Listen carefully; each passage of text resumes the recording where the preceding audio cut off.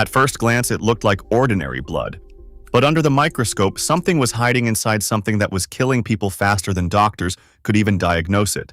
May 2026, the Atlantic Ocean. On board this ship, 3 people are already dead. The world was already fearing a new COVID. But the WHO made it clear this was not a pandemic. The risk to the public was low. Incubation period, 45 to 50 days.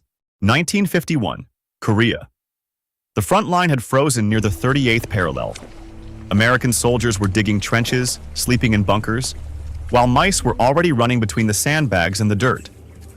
Then suddenly the soldiers started getting sick, not from bullets, from something invisible. Fever, kidney failure, bleeding. In the field hospitals, doctors had no idea what was killing them. Inside the field hospital, the silence was worse than explosions. Doctors held blood samples, searching for answers. The bullets were outside, but this was killing from within. The scariest part, it isn't just one virus. There are more than 50 strains of hantavirus, and each one can attack the body in its own way. Hantavirus is so small that hundreds of these particles could fit across the width of a single human hair. In size, it's almost like the coronavirus, but it works differently. It doesn't have its own factory to survive. So it enters a human cell, hijacks its system, and forces it to make new copies of itself. The cell becomes a virus factory, copy after copy, until its normal function starts to collapse and the body begins losing from the inside. This mouse doesn't bite, it doesn't attack. It just runs past quietly, almost unnoticed. On the map, it looks like different countries, but every story had the same beginning: mice, dust, and the first symptoms. During the first week, it looks like a normal flu. Fever, muscle pain, a severe headache. And that's the most dangerous part. No one realizes it's hantavirus yet. Day 10 to 14. His condition suddenly gets worse. Breathing becomes difficult. Every breath feels like there isn't enough air left. Days 14 to 16.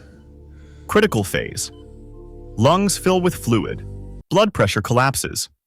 Without a ventilator or ECMO support, it's fatal. 1993, Four Corners, USA. Healthy young people start dying from shortness of breath. Doctors are completely lost, nobody knows what's happening. 13 dead in a few months. They finally found the virus. And when it came time to name it, nobody could agree. So they called it sin nombre. No name. And it was all because of the drought the mice began to migrate. Since 1993, New Mexico became the center of fear. Over 130 cases and about 1 in 3 ended in death. Argentina, 1995 and beyond. Outbreak after outbreak, the danger never fully disappeared. Today, Argentina has one of the highest hantavirus burdens in Latin America. And in 2025, the death rate suddenly climbed. Scientists pointed to climate change, deforestation, and people moving deeper into rodent territory. Santa Fe, 2025. Heckman's house. Before she died, she may not have even known where it began. An old shed, dust, boxes, silence.